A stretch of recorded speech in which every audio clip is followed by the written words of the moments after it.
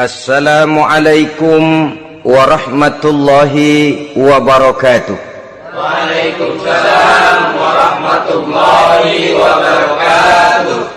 Bismillahirrahmanirrahim. Alhamdulillahi rabbil alamin. Wassalatu wassalamu ala ashrafil anbiya'i wal mursalin, Sayyidina wa maulana Muhammadin wa ala alihi wa ashabihil mujahidin at-tahirin, amma ba'du. Saudara-saudara kaum muslimin seiman dan sekeyakinan yang berbahagia, pada suatu hari seketika sedang berkumpul dengan para sahabat, Rasulullah pernah memberikan peringatan. Beliau bersabda, yushiku an tada'a alaikumul umamu kama tada'al akalatu ala qas'atiha. Pada suatu saat nanti akan datang di tengah-tengah kamu, wahai umat Islam, di mana orang-orang lain di sekeliling kamu akan bersatu mengerubungi kamu seperti bersatunya orang-orang mengerubungi makanan di atas meja hidangan. Akan datang suatu saat nanti di mana kondisimu dikepung sedemikian rupa, yang barat mau menerkam, yang timur mau menghantam, yang selatan mau menginjak-injak, yang utara pun akan menjelajah. Kondisimu seperti makanan di atas meja hidangan.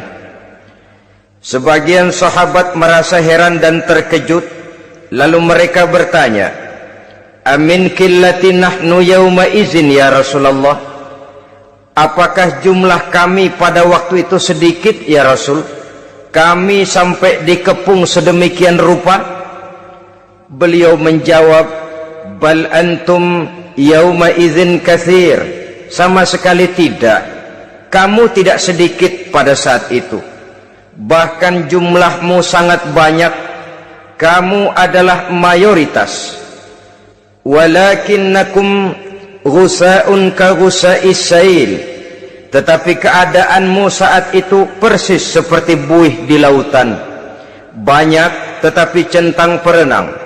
Banyak tetapi tidak punya daya dan kekuatan.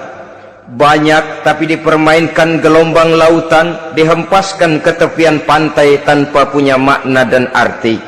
Kondisimu pada saat itu kuantitas yang tanpa kualitas, sehingga orang lain enak saja mengepung kamu. Akidahmu didangkalkan, dibanjiri dengan peradaban dan kebudayaan yang menjauhkan dari agama. Dari segi maksiat dan munkarat seluruhnya mengepung sampai kita melepaskan nilai-nilai Islam kita ini. Dan celakanya, sambung beliau, waliyanzi'anna fi qulubi aduwikumul mahabata minkum. Akan dicabut kehebatanmu di mata musuh-musuhmu, sehingga pada saat seperti itu orang lain memandangmu umat Islam enteng saja, remeh saja, tidak ada apa-apanya. Sudahlah, pokoknya umat Islam sikat saja. Umat Islam enteng, umat Islam kecil, umat Islam tidak ada apa-apanya.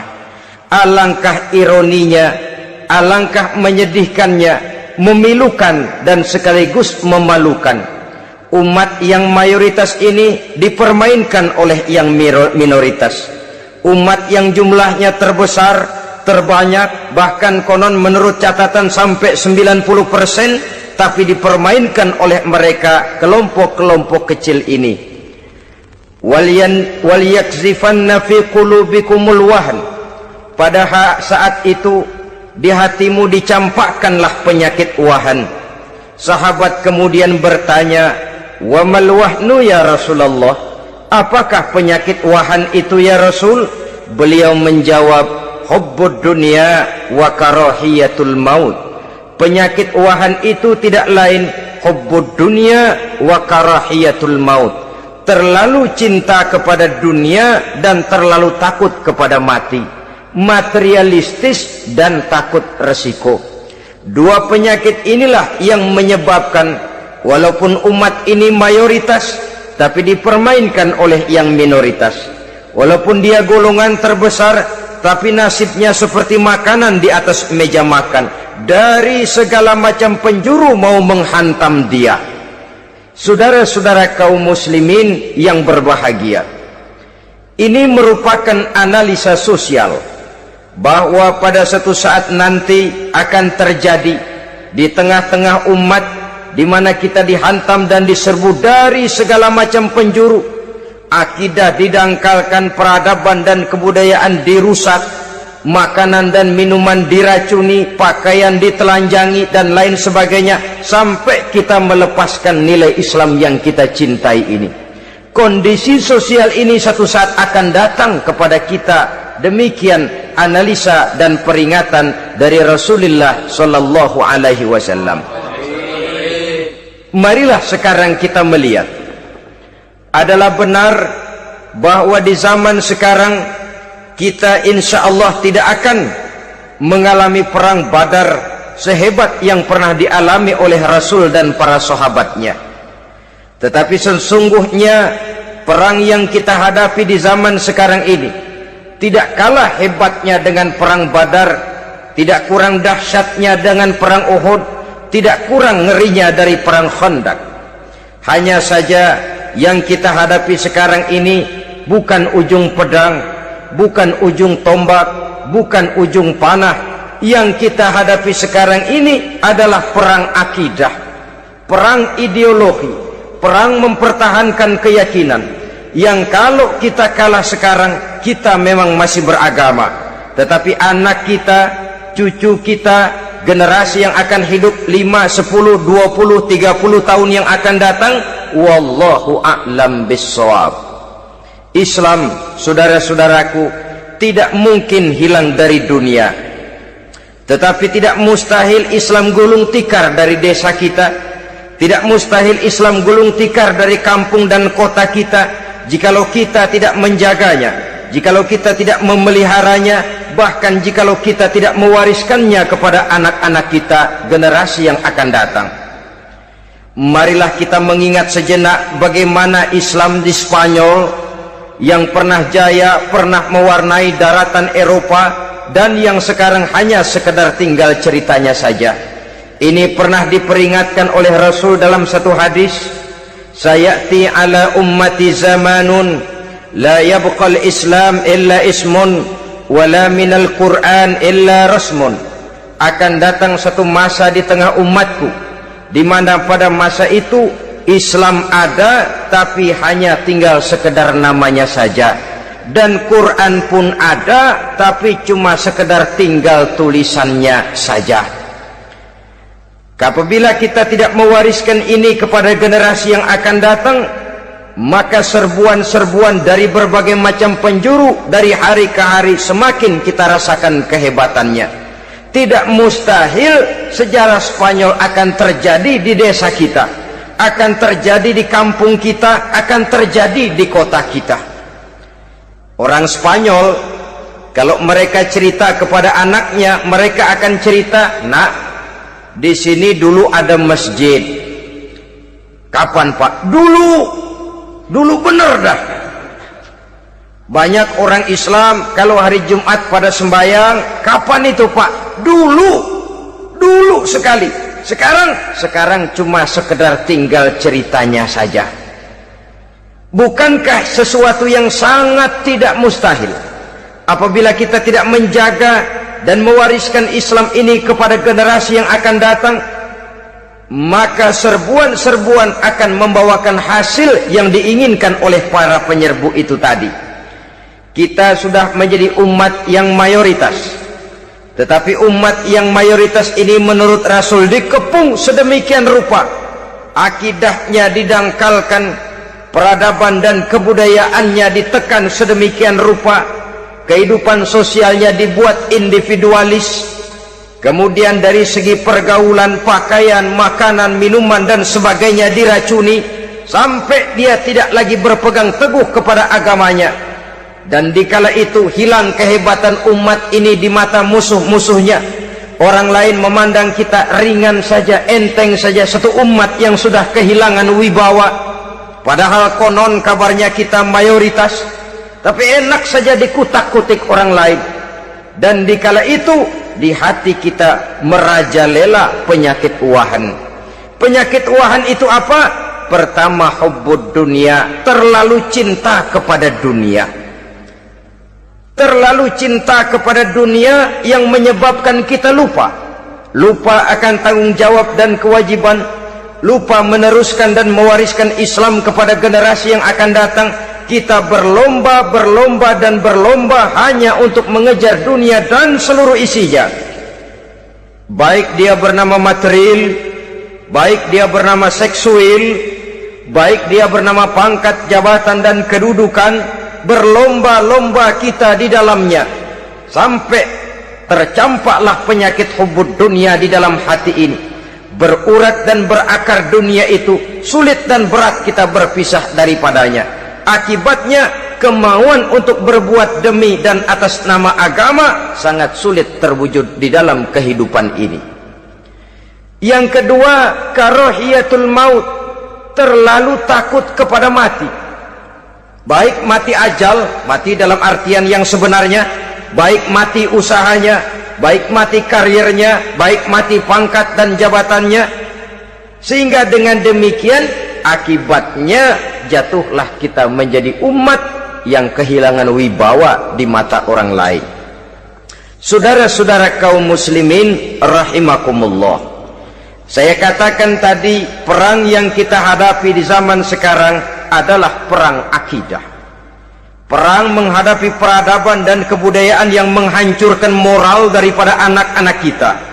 Perang menghadapi banjirnya maksiat dan munkarat, yang di tengah-tengah itu, di samping berkewajiban menjaga diri dan keluarga, kita pun juga berkewajiban menjaga anak-anak kita, generasi yang akan datang, mengarahkan dan mendidik mereka sesuai dengan yang dikehendaki oleh Allah Subhanahu wa ta'ala.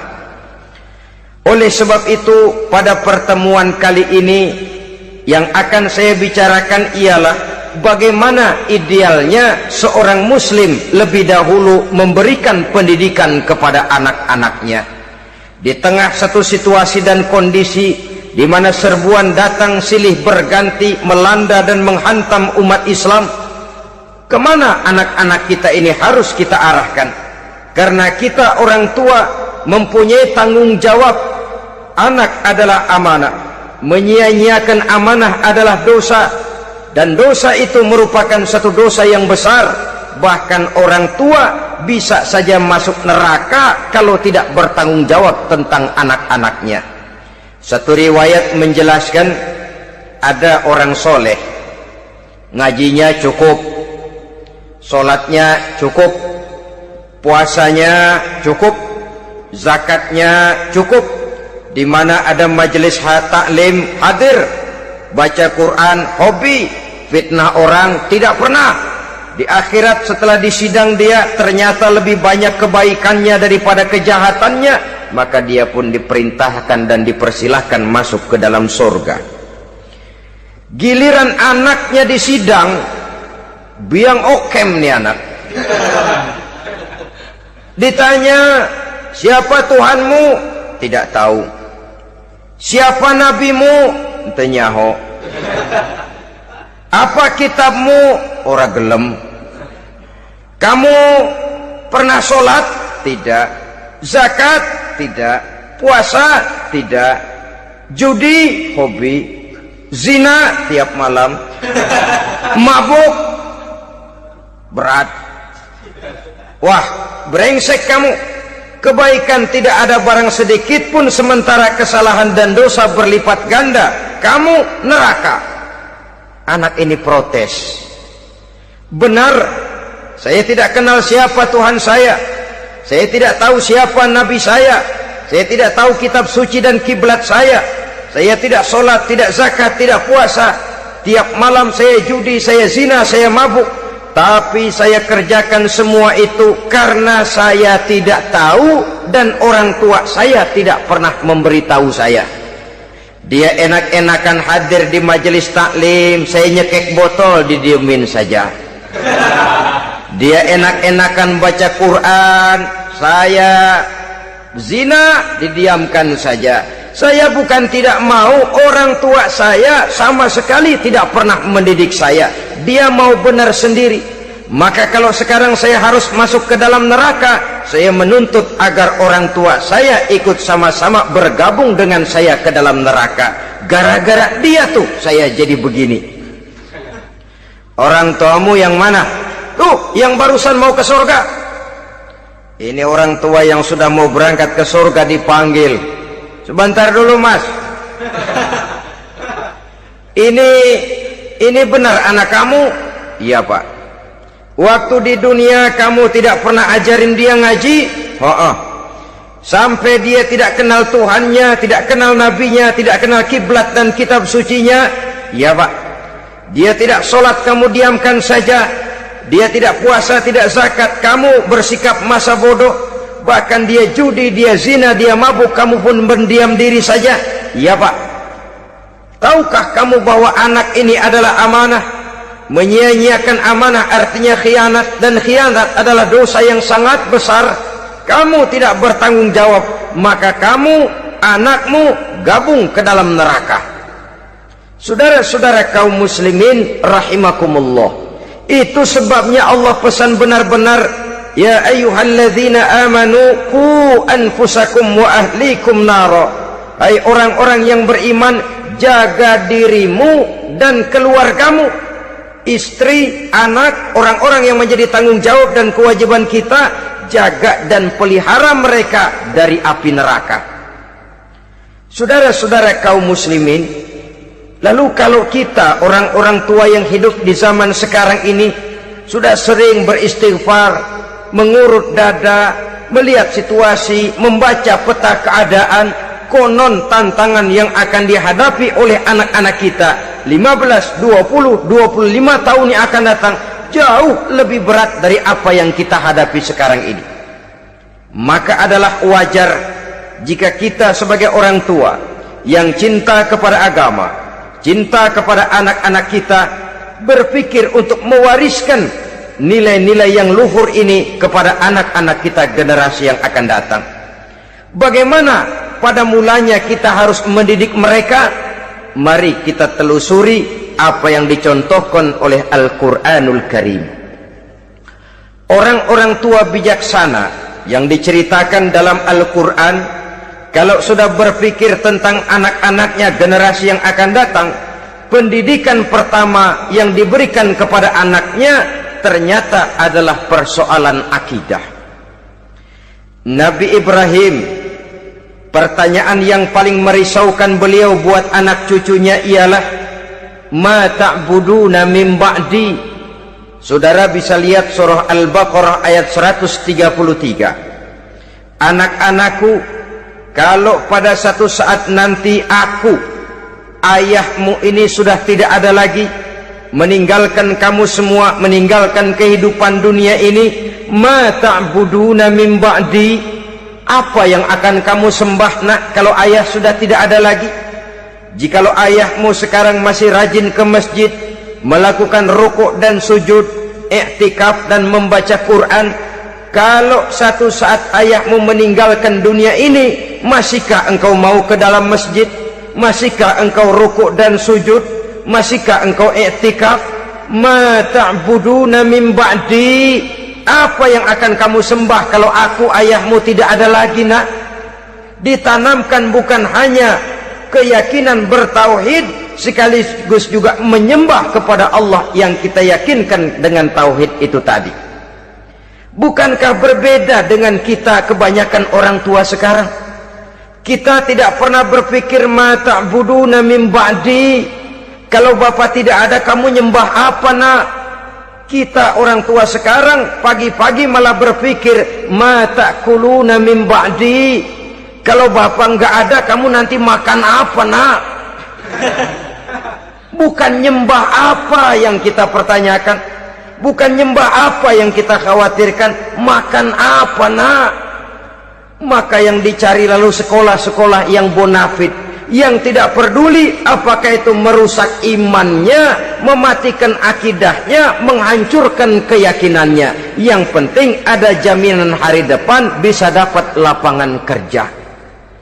Akibatnya berduyun-duyun orang-orang tua muslim menyekolahkan anaknya di sekolah-sekolah yang bukan Islam, yang nyata-nyata membahayakan akidahnya, dididik dengan kultur dan budaya yang bertentangan dengan nilai-nilai agamanya. Bukankah ini berarti merelakan anak untuk dikafirkan? Bukankah ini artinya menyerahkan anak untuk ditulis menurut selera para pendidik yang tidak sesuai dengan nilai akidah yang dimilikinya? Mengapa kita tidak berpikir seperti Nabi Ibrahim yang sebelum memberikan pendidikan kecerdasan, sebelum pendidikan matematika, IPS, PSPB dan disiplin ilmu lainnya, yang pertama ditanamkan, ma ta'buduna min ba'di, kalau ayahmu tidak ada, kamu menyembah apa nak? Menyembah Allah apa nanti malah menyembah harta? Menyembah Allah apa nanti malah mendewa-dewakan pangkat dan jabatan? Menyembah Allah apa malah nanti menyembah alam? Itu yang dikhawatirkan Nabi Ibrahim kepada generasi yang akan datang. Dan itu saudara-saudara yang seharusnya mengkhawatirkan kita kepada anak-anak kita, generasi yang akan datang. Lihatlah serbuan akidah di zaman sekarang ini. Dimanfaatkan kemiskinan kita umat Islam. Diberikan kita tawaran berupa beras, pakaian, obat-obatan, kalau perlu beasiswa, asal bisa melepaskan keislaman kita ini. Bertahap, sedikit demi sedikit, step by step, shibran bi shibrin wa zira'an bi zira'in. Dan harus saya ingatkan, orang di zaman sekarang tidak mungkin menghantam Islam secara frontal. Tidak mungkin menghantam Islam terang-terangan, apalagi mengerahkan satuan militer. Tidak. Orang berhitung bagaimanapun kondisi dan kualitasnya umat Islam, mereka masih punya satu modal penting, fanatisme agama.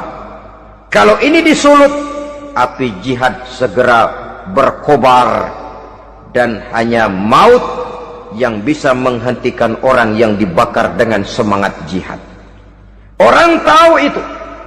Betapa Uni Soviet kedodoran menghadapi mujahidin Afghanistan yang disulut oleh semangat jihad yang berkobar dengan persenjataan yang primitif ketimbang persenjataan Uni Soviet. Entah mereka pantang surut mundur ke belakang. Jadi jangan mimpi bahwa orang mau menghantam Islam ini dengan melarang pengajian, meruntuhkan masjid, menyegel pondok pesantren. Tidak. Melarang orang sholat. Tidak. Kalau perlu masjid diperbanyak, musola diperbesar. Tapi bikin itu masjid seperti museum, besar, megah, mercusuar, tapi bikin seperti museum, tempat orang kagum, tempat orang memuji, tapi sunyi dari nilai-nilai ibadah. Saudara-saudara kaum muslimin, untuk sampai kepada penghantaman akidah, jalan yang paling mudah dirintis sekarang ini secara bertahap dan sistematis, memisahkan umat Islam dari Islamnya. Biarkan mereka bernama muslim, biarkan di atas kartu penduduknya tertulis agama Islam, tapi tanamkan budaya-budaya yang menyebabkan cara bergaul mereka, cara berumah tangga mereka, cara bertetangga mereka, sampai kepada cara mereka berpakaian, cara mereka bergaul, cara mereka makan dan minum, cara mereka mendidik dan menyekolahkan anak, sama sekali tidak lagi mencerminkan nilai-nilai yang islami.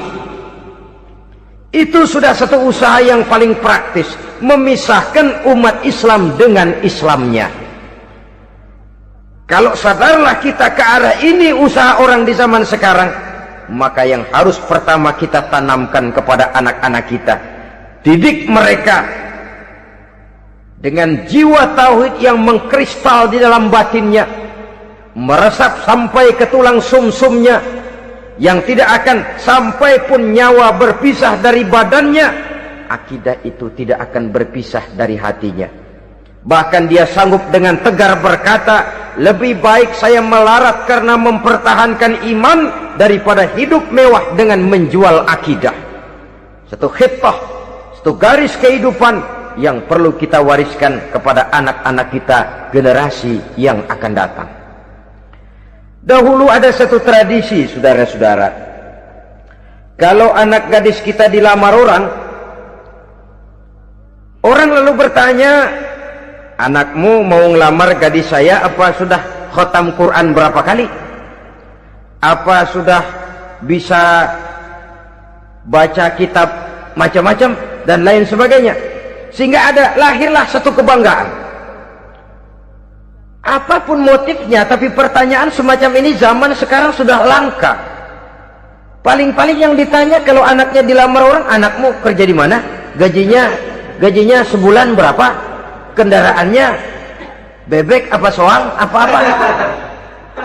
Itu yang kita pertanyakan, berkisar di seputar materi, kerja, job, status sosial, dan lain sebagainya.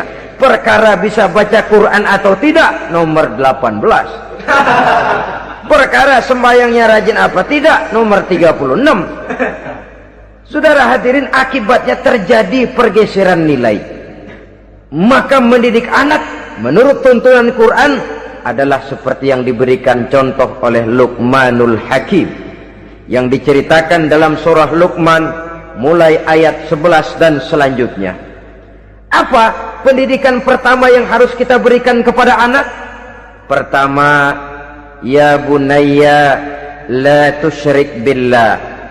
Wahai anakku, jangan sekali-kali engkau menyekutukan Allah. Nak, jaga tauhid, pelihara iman, mantapkan akidah.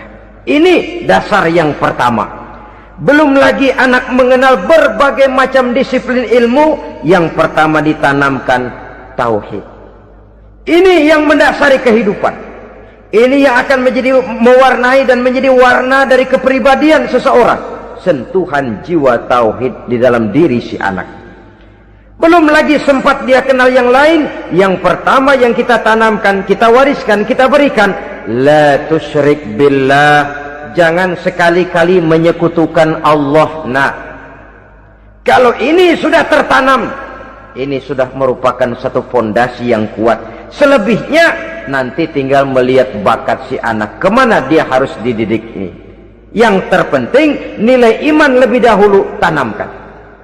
Dan untuk menghancurkan nilai keimanan, saudara-saudara, saya katakan, ingatkan kepada hadis di awal tadi, dikepung kita dari berbagai macam penjuru agar bila bisa melepaskan nilai-nilai iman dan keyakinan.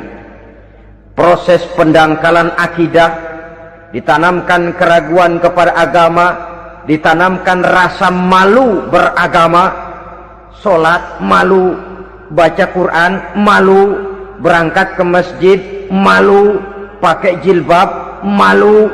Ditanamkan rasa malu beragama, sehingga bertahap sedikit demi sedikit kita mulai berpisah dengan kehidupan beragama. Ditanamkan hal yang sedemikian rupa dari berbagai macam penjuru. Dihantam akidah, akidah kuat, dihantam dari segi peradaban dan kebudayaan. Diperbanyaklah peradaban dan kebudayaan yang bukan mendekatkan kita dengan agama, malah mendekatkan kita dengan neraka. Menjauhkan kita dari agama, menjauhkan kita dari nilai-nilai luhur yang diwariskan oleh orang-orang tua kita terdahulu. Adalah kewajiban kita yang pertama, mendidik anak, menanamkan roh, jiwa, dan semangat tauhid di dalam diri mereka. Saudara-saudara kaum muslimin rahimakumullah, kenapa kita lebih dahulukan menanamkan jiwa, roh, dan semangat tauhid ini kepada anak-anak kita? Pertama, kita tidak hanya ingin sekedar mempunyai anak yang pintar, tetapi lebih daripada itu kita pun ingin mempunyai anak yang benar. Segala macam disiplin ilmu, segala macam bentuk penalaran ilmiah dan pengisian intelektualitas manusia mungkin di satu sisi akan membuat dia pintar, tapi di sisi lain belum tentu akan membuat dia benar. Nabi pernah memberikan peringatan, man izdada ilman walam yazdad huda lam yazdad minallahi illa bu'da.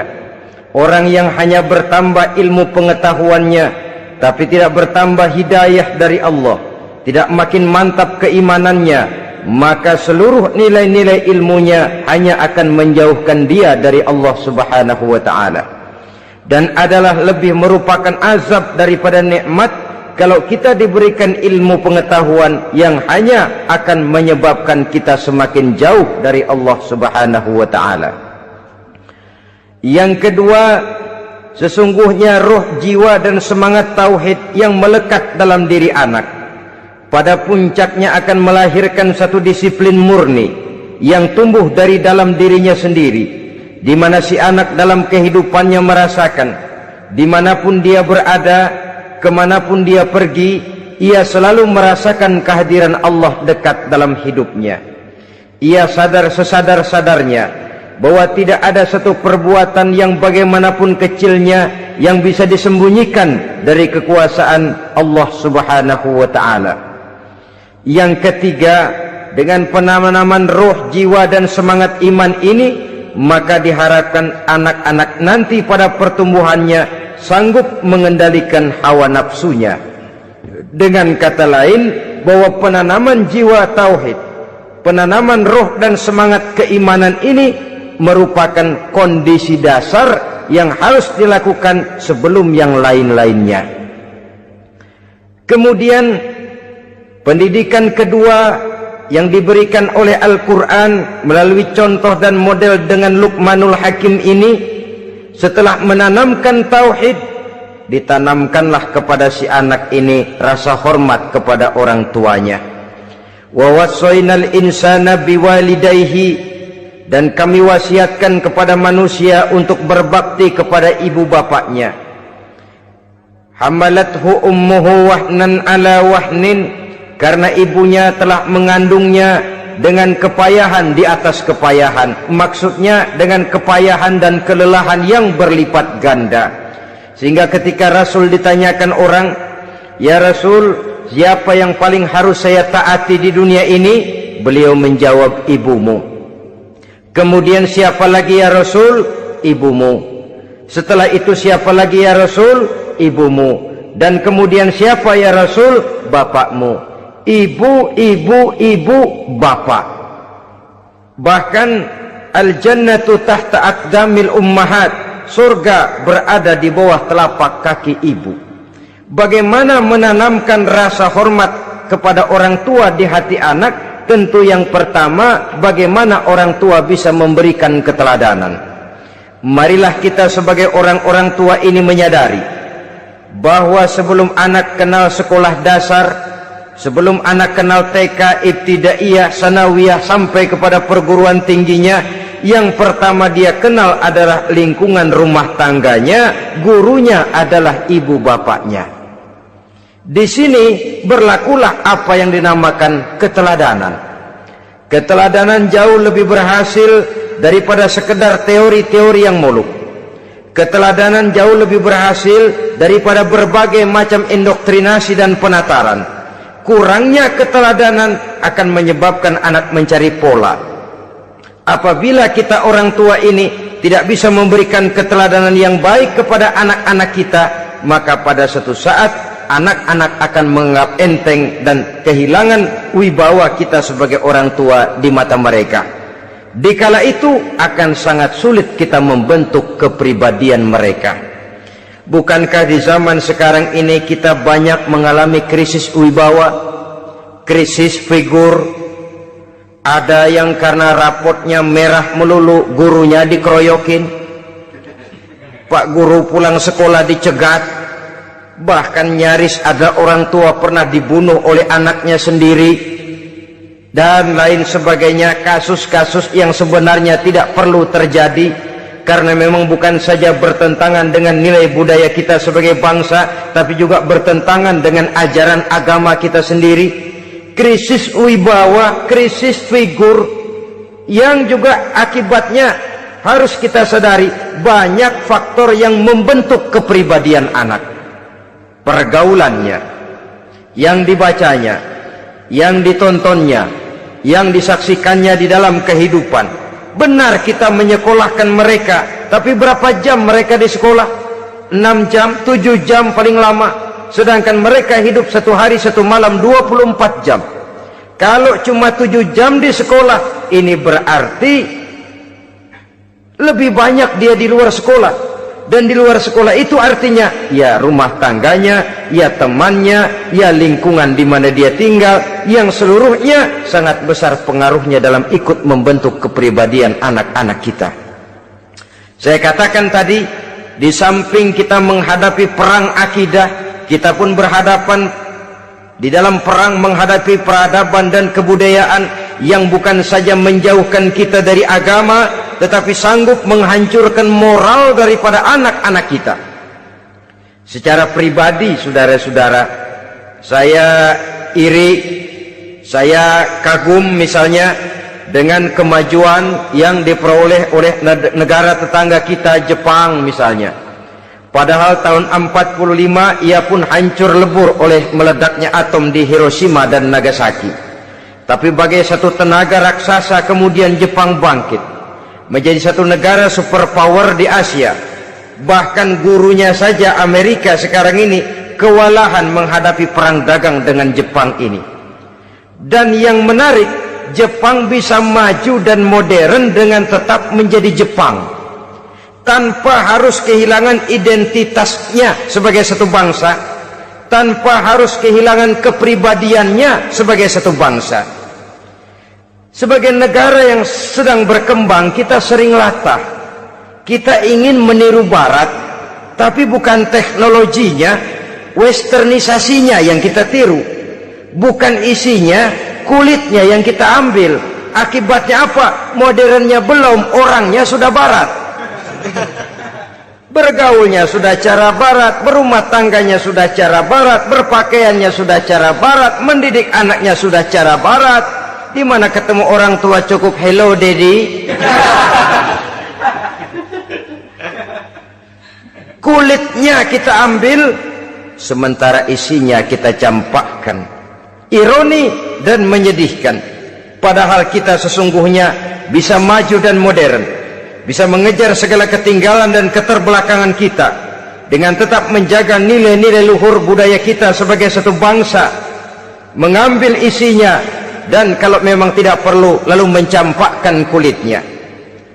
Pengaruh peradaban dan kebudayaan yang menghancurkan moral daripada anak-anak kita oleh pesatnya arus teknologi, oleh pesatnya arus komunikasi, di mana hal-hal yang terjadi di belahan dunia lain dapat kita saksikan hari ini juga melalui layar televisi. Yang terjadi di Amerika, di Eropa, di Afrika, di ujung dunia yang paling ujung sekalipun, di ujung dunia yang paling ujung, hari ini kejadian, hari ini sudah bisa kita saksikan. Pesatnya arus komunikasi, kalau jatuh ke tangan anak-anak kita yang belum mempunyai filter, daya saring positif, akan dicerna oleh mereka tanpa memilah dan memilih. Akibatnya orang kampung bilang kelolodan. Makan nggak dikunyah lagi. Tentu saja akhirnya kelolodan, dan kalau sudah kelolodan menyusahkan kita seluruhnya. Oleh karena itu budaya menghormati orang tua perlu dijaga, perlu dipelihara dan diwariskan kepada anak-anak kita. Tali silaturahmi sehingga ada respeknya kepada orang tuanya. Jangan bapaknya dianggap CS, ibunya dianggap CS, kakeknya dianggap CS. Hilang rasa respek, hilang rasa menghormati. Sementara orang tua sendiri tidak bisa memberikan keteladanan, kurang mendapat perhatian dan lain sebagainya. Apalagi kalau baik ibu maupun bapak adalah orang-orang karier yang setiap hari sibuk menghadapi tugas masing-masing. Bapak sibuk rapat, pindah kantor sana kantor sini, ibu sibuk arisan, besarlah anak-anak di tangan pembantu dan lain sebagainya, sehingga dia merasa kurang mendapat perhatian, dan ini akan ikut membentuk warna dari kepribadian yang dimilikinya. Sampai kepada pelosok-pelosok desa, jaringan televisi memang menguntungkan, tapi kalau sudah sampai kepada menayangkan budaya-budaya yang tidak sesuai dengan pola di mana mereka tinggal, pola lingkungannya, dan ingin mereka terapkan dalam kehidupan, ironi dan menyedihkan. Maka sering dikatakan, jikalau ABRI masuk desa, rakyat beruntung. Jikalau listrik masuk desa, rumah jadi terang. Jikalau koran masuk desa, rakyat jadi cerdas. Jikalau hakim masuk desa, rakyat lalu sadar hukum. Tapi jikalau maksiat dan munkarat masuk desa, minuman keras masuk desa, judi masuk desa, pelacuran masuk desa, rakyat tentu kiamat.